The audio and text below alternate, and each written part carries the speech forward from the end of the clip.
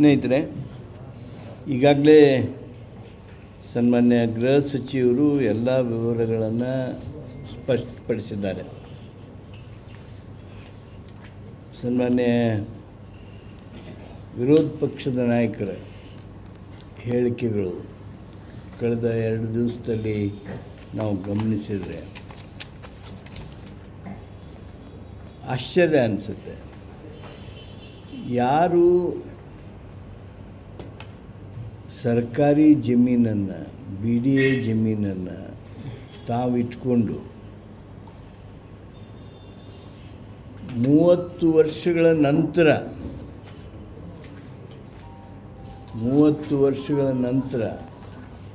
ಅದನ್ನು ವಾಪಸ್ BDA ಕೊಡ್ತಾ ಇದ್ದಾರೆ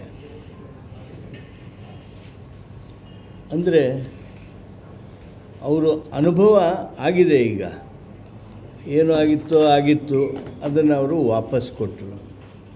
ಅವಾಗ ಅದೆಲ್ಲ ಸರಿಯೇ ಇತ್ತಾ? ಈಗ ನಾವು ನಮ್ಮ ಜಾಗಿಗೆ ಅಂದರೆ ಸಹೋದರಿ ಸಿದ್ದರಾಮಯ್ಯನವರ ಧರ್ಮಪತ್ನಿ ಪಾರ್ವತಮ್ಮನವರು ಏನು ಆ ಸೈಟ್ಗಳು ಅವ್ರು ಬಂದಿದ್ವು, ಅಲಾಟ್ಮೆಂಟ್ ಆಗಿದ್ವು, ಅವುಗಳನ್ನು ವಾಪಸ್ ಕೊಟ್ಟಾಗ ಅವರ ವ್ಯಾಖ್ಯಾನ ನೋಡಿ ಆಶ್ಚರ್ಯ ಅನಿಸುತ್ತೆ. ನೀವು BDA ಜಮೀನನ್ನು, ನಿಮ್ಮದು ಅಲ್ಲದನ್ನು, ನಿಮ್ಗೆ ಸಂಬಂಧ ಇಲ್ಲದನ್ನು ತಗೊಂಡು ಅದನ್ನು ಮತ್ತು ಈಗ ಅನಿವಾರ್ಯ ಬಂತು ಅಂಥೇಳಿ ಅದೆಲ್ಲ ಪ್ರೊಸೀಡಿಂಗ್ಸ್ ಏನಾಯಿತು ಅನ್ನೋದನ್ನು ಹೇಳಿದರು. ಅನಿವಾರ್ಯ ಬಂತು ಅಂಥೇಳಿ ಅದನ್ನು ವಾಪಸ್ ಕೊಟ್ಟಾಗ ನೀವು ಕೊಟ್ಟಿದ್ದು ಭಾಳ ಸರಿನಾ? ಸರಿ ಇತ್ತು ಅಂತ ತಿಳ್ಕೊಳ್ರಿ. ಇದು ಯಾಕೆ ಹೆಂಗೆ ನಿಮಗೆ ತಪ್ಪು ಕಾಣ್ತು? ಇಲ್ಲಿ ಪಾರ್ವತಮ್ಮನವ್ರಿಗೆ ಬಂದಿರುವಂಥ land it is a compensatory plots,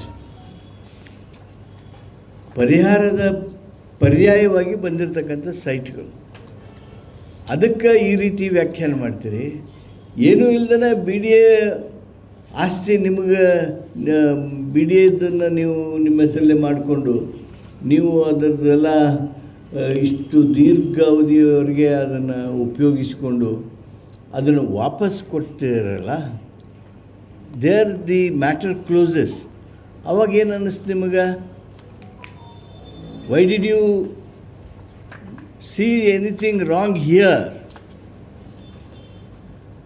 ಆದ್ದರಿಂದ ಅನವಶ್ಯಕವಾಗಿ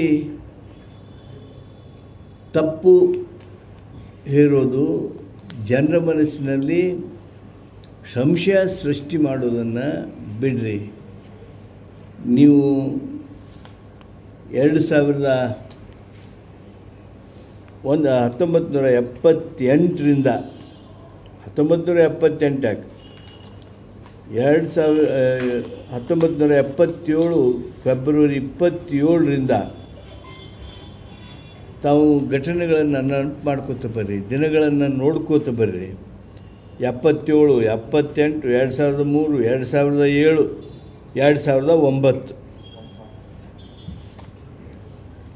ಆಮೇಲೆ ನೀವು ಕೊಟ್ಟಿರ್ತಕ್ಕಂಥ ಗಿಫ್ಟ್, ರಿಟರ್ನ್ ಆಫ್ ಗಿಫ್ಟ್ ಏನಿದೆ, ಆ ರಿಟರ್ನ್ ಆಫ್ ಗಿಫ್ಟ್ ಈ ಎಲ್ಲ ತಾರೀಖುಗಳನ್ನು ನೋಡಿರಿ. 2011 ಇವೆಲ್ಲವುಗಳನ್ನು ನೋಡಿದಾಗ ನೀವು ಅದನ್ನೇನು ರಿಟರ್ನ್ ಮಾಡಿರಲ್ಲ, ನೀವು ರಿಟರ್ನ್ ಮಾಡಿದ್ದು ನಿಮ್ಮದಲ್ಲ.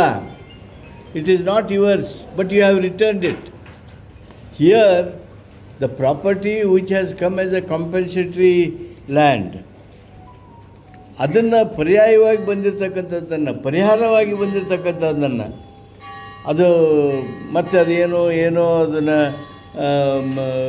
ಕಾನೂನಿನ ಪ್ರಕ್ರಿಯೆ ಒಳಗಿರೋದ್ರಿಂದ ಹೆಚ್ಚು ವಿವರಿಸೋದಿಲ್ಲ. ಅಲ್ಲಿ ನೀವು ತಪ್ಪನ್ನು ಹುಡುಕೋದಕ್ಕೆ ಹೊರಟಿದ್ದೀರಲ್ಲ. ಮಾನ್ಯ ವಿರೋಧ ಪಕ್ಷದ ನಾಯಕರಿಗೆ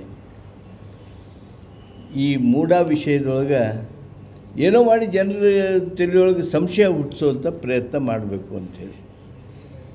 ಆ ಪ್ರಯತ್ನ ಯಶಸ್ವಿ ಆಗೋದಿಲ್ಲ. ನೀವು ಈ ರೀತಿ ಅನಾರೋಗ್ಯಕರವಾಗಿರ್ತಕ್ಕಂಥ ಬೆಳವಣಿಗೆಗೆ ನೀವು ಕಾರಣರಾಗ್ತಾ ಇದ್ದೀರಿ. ನೀವು you are now liable to explain.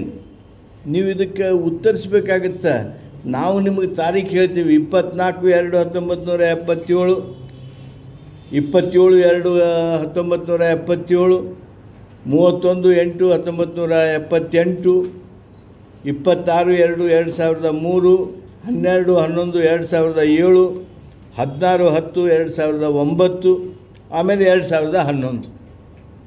ಈ ತಾರೀಖುಗಳಲ್ಲಿ ಆಗಿರ್ತಕ್ಕಂಥ ಏನು ನಿಮ್ಮ ಟ್ರಾನ್ಸಾಕ್ಷನ್ ಐತಲ್ಲ, ಇದರ ಸಂಪೂರ್ಣವಾಗಿರ್ತಕ್ಕಂಥ ವಿವರವನ್ನು ಕೊಡಬೇಕಾದದ್ದು ನಿಮ್ಮ ಜವಾಬ್ದಾರಿ. ಅನವಶ್ಯಕ ಜನರ ಮನಸ್ಸಿನಲ್ಲಿ ಸಂಶಯ ಸೃಷ್ಟಿ ಮಾಡುವಂಥ ಹೇಳಿಕೆಗಳು ಅನಾರೋಗ್ಯಕರವಾದದ್ದು. ಇದು ಸರಿಯಾದ ನಡವಳಿಕೆ ಅಲ್ಲ.